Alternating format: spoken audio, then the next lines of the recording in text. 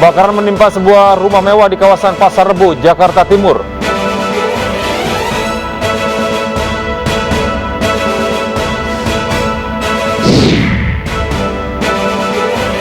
Ditetapkan KPK sebagai tersangka, rumah pribadi Gubernur Papua Lukas NMB dijaga ratusan warga. Gempa bermagnitudo 7,6 mengguncang Meksiko.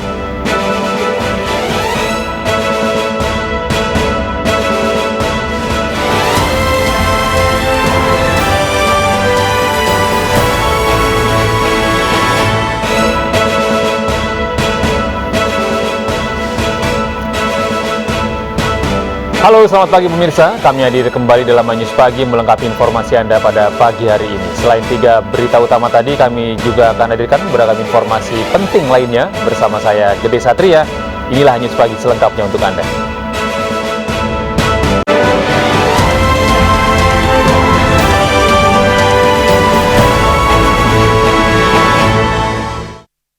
Pemirsa, kebakaran menimpa sebuah rumah mewah di kawasan Pasar Rebo, Jakarta Timur. 10 unit mobil pemadam kebakaran dikerahkan untuk mencegah kobaran api merambat ke rumah lainnya.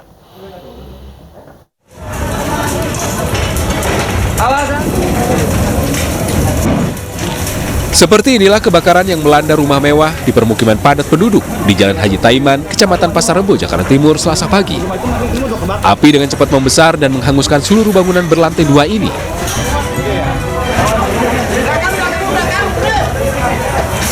Percikan listrik dan runtuhan bangunan sempat terjadi dan nyaris menimpa beberapa warga yang berusaha memadamkan api. Petugas Damkar Jakarta Timur yang tiba di lokasi langsung memadamkan api agar tidak merambat ke rumah lain. Diduga api berasal dari garasi rumah, kemudian membesar dan membakar seluruh bagian rumah.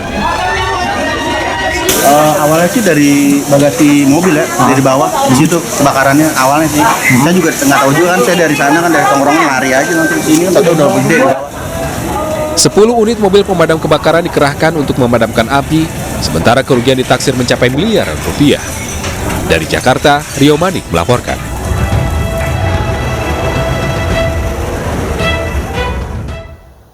Pemirsa, seorang suami di Bogor, Jawa Barat tega membakar istrinya. Polisi masih mendalami motif pelaku, namun diduga kejadian berawal dari korban yang tak merestui pelaku menjalani bisnis narkoba.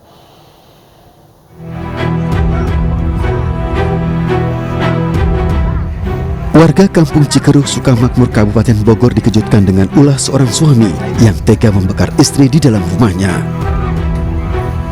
Dengan sigap warga mendatangi rumah yang nyaris ludes terbakar. Oleh warga, pelaku langsung ditangkap dan diserahkan ke polisi. Istri tersangka alami luka bakar di beberapa bagian tubuhnya dan dilarikan ke rumah sakit. Mungkin di situ akhirnya mungkin timbul ada sedikit masalah yang tidak lama kemudian suaminya ini keluar dan membawa bahan bakar bensin atau pertalit, kemudian disiramkan kepada istrinya dan kasur yang ada di dalam kamar tersebut kemudian dibakar. Diduga peristiwa pembakaran ini terjadi karena korban tidak menghendaki bisnis narkoba yang dijalankan oleh suaminya. Polisi masih mendalami motif tersebut dengan meminta keterangan dari pelaku. Dari Bogor, Jawa Barat, Cahyat Supriyatna, iNews melaporkan.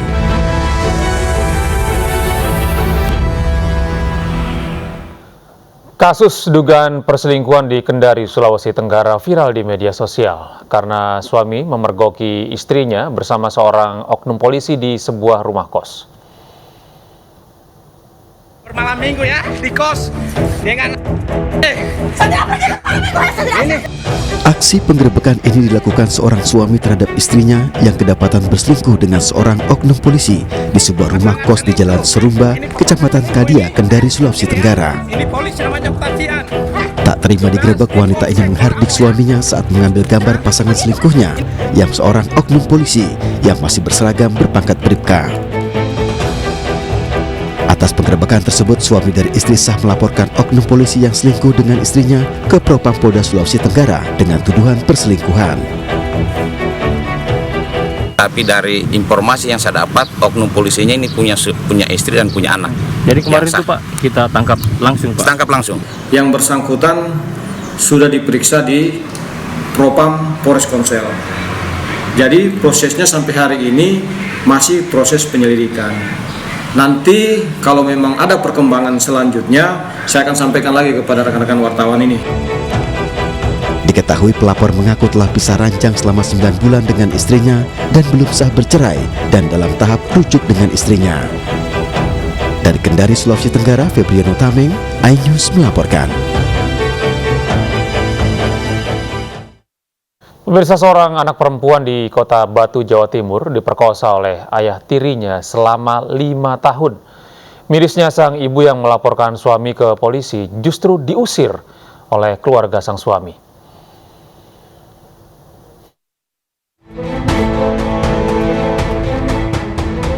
Tasya melaporkan kelakuan bejat suaminya, seorang ibu berinisial RR beserta 4 anaknya. Warga Desa Beji, Kecamatan Junrejo, Kota Batu, Malang justru diusir dari keluarga pelaku. Nasib pilu yang dialami RR dan kelima anaknya ini kemudian dilaporkan oleh warga setempat ke Dinas Sosial Kota Batu. Menurut pengakuan RR, ia dan anak-anaknya diusir sang mertua sejak seminggu lalu. Sang mertua kesal karena RR melaporkan suaminya sendiri ke polisi. Pemerkosaan ini sendiri telah terjadi selama 4 tahun.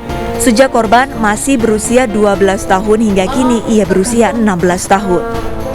Itu ada laporan dari perangkat desa yang pada saat itu melaporkan ada kejadian tentang pelecehan seksual. Kemudian dari sini inisial SYS. Sejak diusir dari rumah, RR dan kelima anaknya terpaksa tinggal di rumah indekos. Mereka pun mendapatkan bantuan dari warga sekitar. Sekarang posisinya indekos di salah satu tempat kos yang ada di wilayah RW 2 RT 1. Nah, dari situ warga menyampaikan ke saya secara langsung bahwasanya memang keadaannya sangat membutuhkan bantuan. Dinas Sosial Kota Batu menjanjikan akan memberikan bantuan konseling dan juga bantuan tempat tinggal untuk RR dan kelima anaknya. Dari Batu, Jawa Timur, Denny Irwansyah, iNews melaporkan. Pemirsa, kericuhan mewarnai sidang peninjauan setempat lahan perkebunan yang dilakukan Pengadilan Tinggi Tata Usaha Negara Surabaya di Kabupaten Blitar. Akibat kejadian itu, seorang warga terluka di kepala.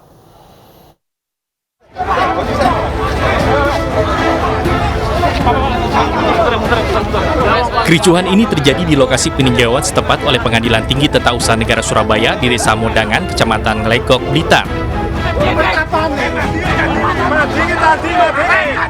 Kedua kelompok penggugat yang berseberangan pendapat dan tidak terima dengan pembagian tanah redistribusi terlibat keributan dan saling dorong di depan kantor Desa Modangan. Akibat kericuhan, seorang warga terluka di kepala. Kericuhan baru bisa diredakan setelah puluhan polisi dan TNI diterjunkan ke lokasi.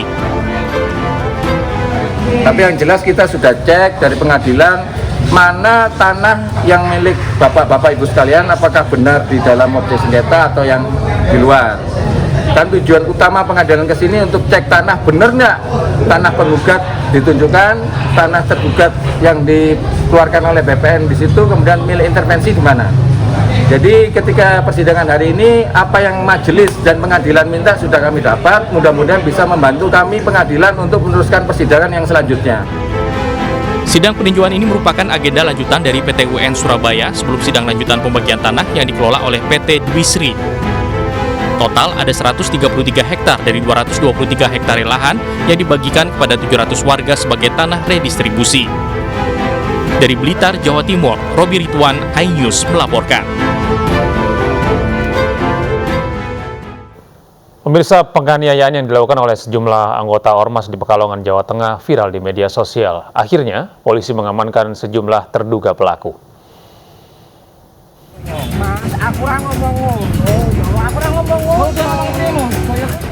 Dalam video ini, beberapa orang berpakaian seragam sebuah ormas menganiaya seorang pria yang diketahui merupakan kontraktor. Sebelumnya terjadi adu mulut antara korban dan beberapa orang di lokasi di Kota Pekalongan. Rekaman penganiayaan ini pun viral.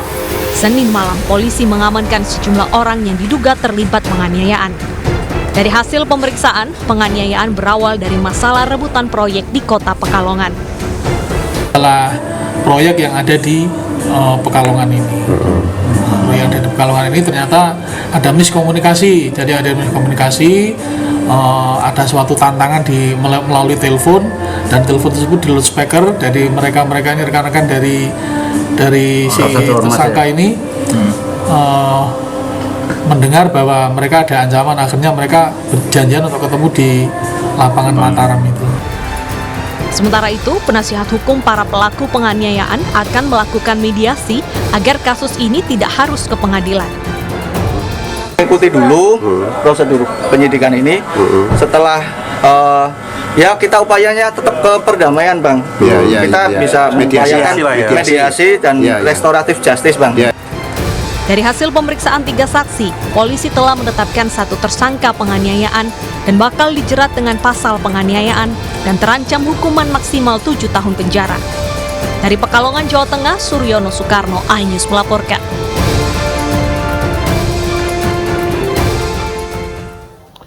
Pemirsa, 2 orang pemuda di Kota Tarakan, Kalimantan Utara mencekoki minuman keras kepada 2 ekor anak kucing. Aksi mereka mendapat kecaman dari komunitas pecinta satwa di Tarakan.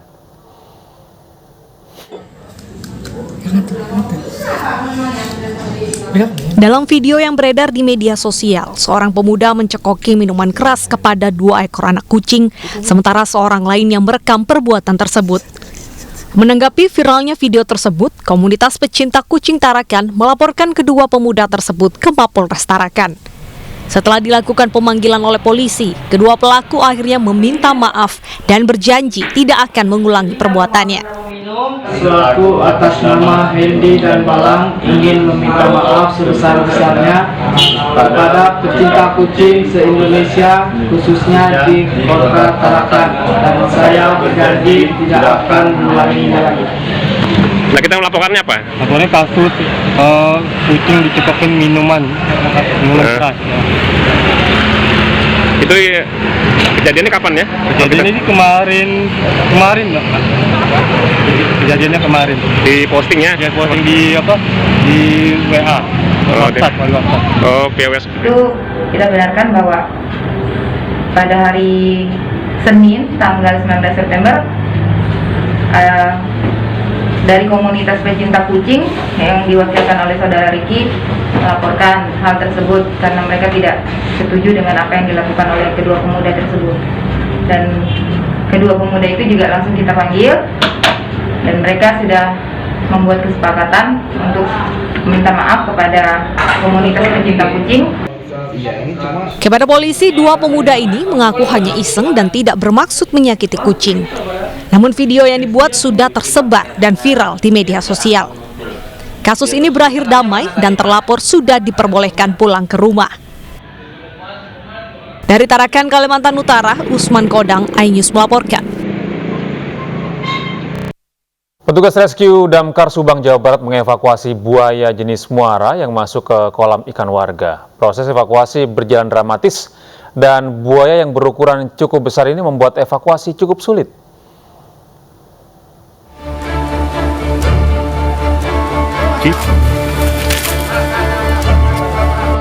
Sedikitnya 10 personel petugas rescue Damkar Subang mengevakuasi buaya di kolam ikan milik warga di Desa Mayang, Kecamatan Cisalak, Subang. Sudah 4 hari buaya muara masuk ke dalam kolam ikan warga. Evakuasi berjalan dramatis karena buaya sempat melawan hingga memutarkan badannya berkali-kali.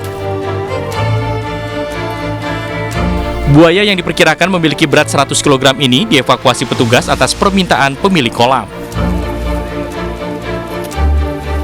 Teman-teman juga berhasil, tidak ada hambatan, lancar semua, alhamdulillah clear evakuasi. Berapa orang kan tadi diturunkan? Tadi kebetulan kita itu 2.000, 10 personil dari Damkar, ini dari rescue Damkar Subang. Panjang dan beratnya berapa ini kira-kira? Kira-kira panjang 2,5 meter. Setelah dievakuasi, petugas menyerahkan buaya itu ke BKSDA Purwakarta.